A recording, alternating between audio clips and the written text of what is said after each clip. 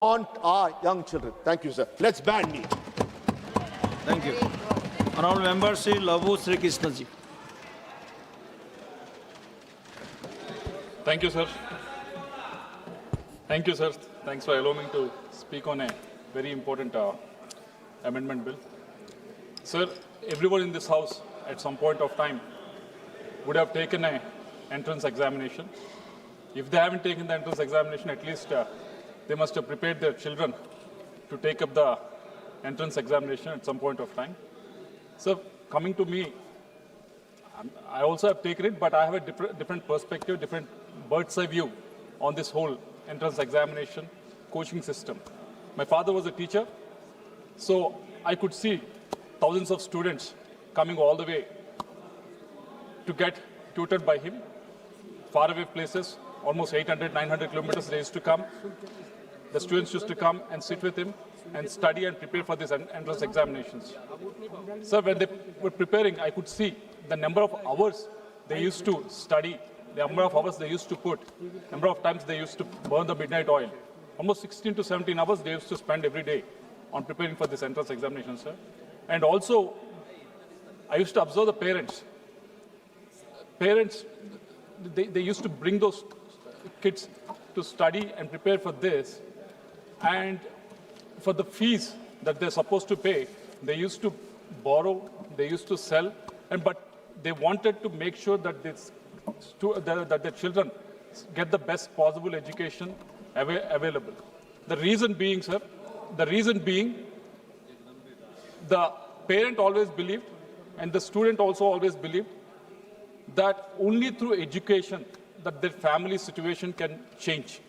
That is with that belief that they have invested so much into the children's education, sir. And on top of that, if you have seen in most of the entrance examinations and NEET also, if you have seen, they prepare for years together to appear for this one exam that happens once a year. On top of that, even if they are sick or for any other reasons, if someone else died in the family also, still they cannot get away from that. They have to come and only attend the exam only on that day. And they can't be late even for 1 minute also. They have to be on time or before time to appear for this exam. When they do all this for years, it's not for months they prepare for almost 5-6 years for this exam. When they do all this and come and appear for this exam and write this exam, and within 2 days or 3 days time, they come to know that paper have leaked and again have to repeat the whole exercise. Imagine, I can totally empathize with the students and their frustration, what they're exhibiting. Not only me, everyone here will empathize with what students are going through, and we don't want that to happen. And government, I have to appreciate the government for actually coming out and putting the head down and making sure that changes happen. Sir, once the paper has leaked, what the government has done? The government has made sure those 15 people who are involved in that are arrested. The government has come forward and conducted the re-examination. The government has come forward and given the results in a record time also. This is what the government has done with regards to the NEET exam. Not only that, sir, they overhauled the NTA, National Testing Agency. Also, they have changed the Secretary of the Education.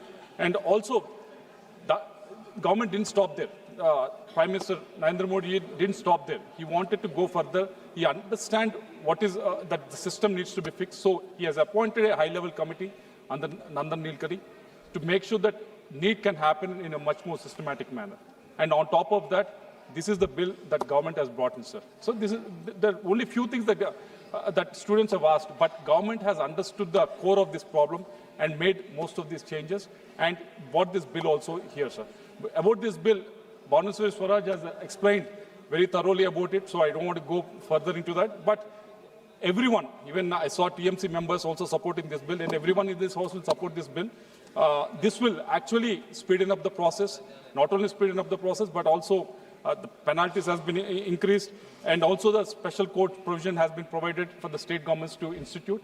So these all provisions has been incorporated in the bill. But one suggestion or two suggestions I have for the two different ministries is I have been in the committees. I was in the committee from 2019 to 24 in the education committee, and from 24 to now, I'm in the finance committee.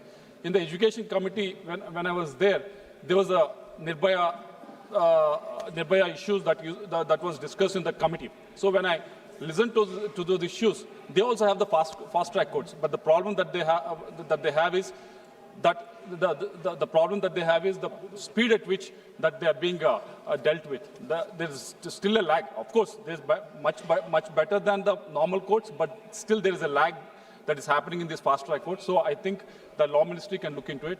Second is with regards to the we've been in the finance committee also, and various tribunals also mentioned that. So in the second issue is with regards to the Honorable Home Minister, sir. I request under him is where forensic sciences is there, and even now, if you look at it across the states, if you look at it in various states, 40% of the forensic positions are still lying vacant, sir. 40% of the forensic positions are, because we can have courts, we can have the punishments, but unless you have the forensic people on ground to collect the evidence and bring them to justice, nothing can happen. So I request Honorable Home Minister to look at it in a very serious manner, sir.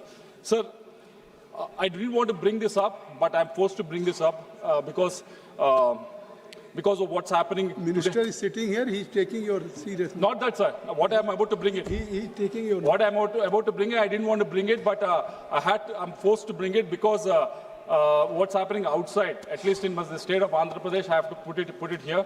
There's an exam, DSC examination that has happened, sir, in Andhra Pradesh. It has happened in 2018, and then it has happened only after 2024. When it happened in 2018, those papers were corrected in 2022. Those papers were not corrected in a proper manner. Because of that, the High Court has defuncted that exam. But in 2024, after the NDA government has formed, our Education Minister conducted this DSC examination. Honorable Minister, Lavu is giving very concrete suggestions. Sir, I think he's a... That's why I'm drawing your attention only because of you. You go ahead. You go ahead. So there's a DSC exam. Sir, I will give you sufficient. so there is a DSC exam that happened in 2018, for which the papers are corrected in 2022 in Andhra Pradesh, sir. And those papers were not corrected in a proper manner, and the High Court has struck it down and put it aside. And after 2024, when NDA formed the government, again, under the leadership of Education Minister of Andhra Pradesh, Nara Lokesh, he has made sure that DSA exam is again conducted in a bigger fashion. The main reason being, we want to recruit as many teachers as possible. We want to make sure that teachers are there in every corner of the of Andhra Pradesh. That was the reason why we have done it, sir. And lots of students have appeared. It's done in very transparent manner. It's done in very transparent manner. Almost 16,347 youth who has prepared for so many years has been selected and has been allocated positions across Andhra Pradesh as teachers, sir. But what in our Andhra Pradesh right now, our opposition party, which is there in Andhra Pradesh, YSR Congress party is doing is trying to create these rumors, try to create this fake narrative, to create confusion among the students or the teachers who have been selected. Sir, I request, as you brought this bill, I request to make, at least in the next iteration, to bring an amendment to this bill, wherein not just when the paper is leaked, you take permission, but when this sort of rumor mongering is also being done, there needs to be some sort of a punishment that needs to be initiated, sir. So I request the ministry to look into it, at least in the next iteration of the bill, sir. Sir, when we're talking about this whole coaching and we're talking about the entrance examination, I don't want to just limit myself to only this NEET and everything, sir. There's a process to this whole thing. There is a coaching system that happens. There is a pre-NEET that happens. There's a post-NEET that happens. When you look at the coaching system, as I told you earlier, these days, earlier they used to only prepare for 2 or 3 months to write these entrance examinations. Either in Andhra and Telangana, we used to have MSET examination. They used to prepare 2 or 3 months. But with NEET, they start preparing when they're in the 7th standard, 8th standard. So it goes on for 5 to 6 years. Sir, when you look at these coaching institutes right now, their whole market is around 56,000 crores, sir. And in the next 6 to 7 years, it is going to almost 1 lakh crores. This is and Suresh Gopiji is here. There's one company from Kerala also. Kindly address to the if you chair. remember. Lavu. Byju's, if you remember. Lavu. Yeah, how much it has created. Sri How much Krishna. noise it has created, what it has preyed on. It has preyed on the aspirations of the people. It has preyed on the dreams of the students, sir. So what I request is, education is in this country, education is a not-for-profit. I request the government to bring in a reform, at least for the coaching centers, sir, bringing in a national coaching regulation framework, so that we make this education as a not-profit, keep it not-profit, and eligible for every student across the country, sir. I request the government to look at it very seriously, sir. The second reform I suggest in a whole, sir, with regards to the pre-NEET reforms. Pre-examination. Right now what is happening is, this NTA is the one which conducts the exam, but it outsources the exam to either TCS or any other agency, sir. There are a number of, it need not be done, because there are almost 1,900 schools, either JNVs or KVs, that are available in this country. Those can actually do this exam. All it needs is that computer infrastructure. It's already there. All it needs is a better broadband, better computer infrastructure. Definitely this can be done. For every exam, each student is, for NTA is paying for each student almost 1,000 rupees. There's not just NEET, JEE it does, UGC NET it does. It's various examinations it does across the year. So I request the government to, as it is looking holistically, it's not just doing one or two changes, make this change, make these exams happen in these JNVs and KVs, sir. And second request and second reform I'm asking from you is, sir, to establish decentralized question setting panels and also a national question bank, sir. As Dhanindra Maran ji has said, he has just touched upon that, but he has not gone deep into that when he spoke about the state syllabus and everything. Sir, 80% of the students who appear for these entrance examinations are state syllabus students. So for them, only the syllabus, if the questions coming from the central syllabus and the question paper is set by the teachers from the central syllabus, it's not a fair manner in which it is the question paper is being set. You can get the questions from the state syllabus teachers also, create a national question bank and keep it going that way, so that they are also given a fair chance, sir. And the third suggestion with regards to, you want to ban everything in Tamil Nadu. That is the reason why we are getting all the industry from Tamil Nadu to Andhra Pradesh. Keep doing that. Thank you.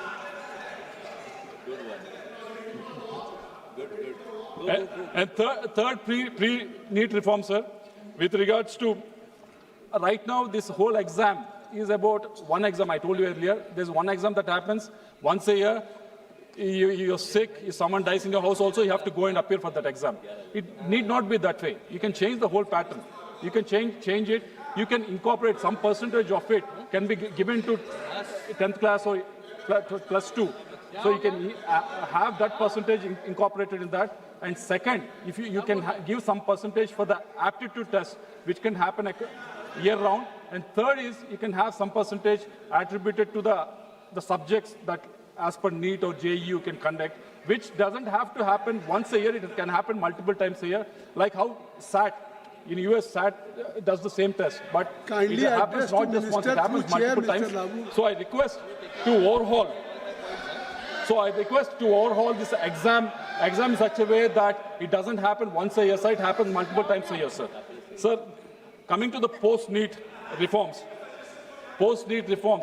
I hope you have given suggestions, boss. Instead, you're only talking about politics. Always talking about politics. At least listen to some. Please listen. Give some positive suggestions. He's giving good suggestions. I'm not saying tu meme. At least. Sir, coming to the post. Kindly address to the chair. Sir, coming to the post-NEET reform, sir. Post-NEET reforms, again, Dayadi Madhav has touched on this, sir. Sir, there is a need for for introducing the statutory counselling calendar, sir. Right now, we have seen the amount of days it takes once someone writes a UG exam, and 1 minute, sir. So once someone writes a NEET UG, sir, in 2021, the day the result came out, by the time the counseling came about, it took almost 79 days, sir. Yes, it has come down in the last 2 years, sir, but it needs to be speeded up, sir. Again, with the NEET PG also. For example, in NEET PG in 2022, from the day result came, by the time the counseling has actually happened, it took almost 106 days, sir. And in 2023, it took 135 days. I don't know why. When we have such a huge mechanism, I don't know why it's taking so much time. When student has prepared himself, written the exam, result has come out, and the counseling doesn't start. It doesn't other well, sir. And second suggestion I want to give with regards to the post-NEET. With regards to the post-NEET is with regards to the, as is already mentioned, with regards to the NEET PG. The students prepare very well, appear for this exam, but if you've seen in the last 3 years, the percentile has been cut, the cutoff percentage has been revised in last 3 years. So in 2023, it was 0%. So if you get a 0 also, you'll get a seat. In 2024, the percentage has been brought down to 10 marks. In 2025, it has brought down to even, for OBC it is 0%, sir. For others, it was brought to 5 marks. Even after doing all this, in 2025, 18,000 PG seats were left behind, sir. In 2023, again, 8,000 seats were left. So I think we need some sort of a reform. When students are there, students are preparing well, this seats needs to be filled, sir. So these are the reforms. Suggestions. Increase, but they need to be filled. I'm not. It's a good thing that. It's a good thing that. Now, kindly conclude. No, sir. Last conclusion, sir. Last conclusion, sir. Please kindly conclude. Conclusion, sir. There's the seats have increased, the colleges have increased. I appreciate the government for getting new medical colleges. Even in my constituency, I had a central government medical college that has come about. Thanks for the leadership of Prime Minister Modi. I'm not denying that, sir. But seats which are there that are given should be filled, sir. That is my only request, sir. Sir, last 2 minutes, sir. I want to conclude it, sir. Sir, last 2 minutes, sir. I'm the only speaker. Already you have made your point. Whatever time has been allocated for you. Last 2 sir, there is a feeling that the student protest has happened, and this is something that has happened in India only. That is the feeling that is there. But there's these sort of protests happening not just in India, sir. It's a global phenomenon. Even in US, it is happening, sir. Even in UK, even in China, it is happening, but it's not being delivered. But the reason why it is happening, that reason why it is not happening was because they feel they're feeling that they're not certain about the future. The reason that is not is happening is because they're not feeling relevant, sir. So why they're not feeling certain is their parent generation have done very well. They're very worried about what the future will be, whether they can do as better as their parents. And second one is with regards to relevance, sir. They feel that with the new advent of technologies and everything, how relevant they will be in the society that is coming about, sir. So I don't think we should be startled with just this protest. This is a phenomenon that's happening across the globe. What government is doing is a phenomenal job. They listen to the students and they moved all these changes. And definitely we'll have a ear to the ground and make these changes. Sir, we'll support this bill. Thank you very much. Dr. Srikant Sindhe ji.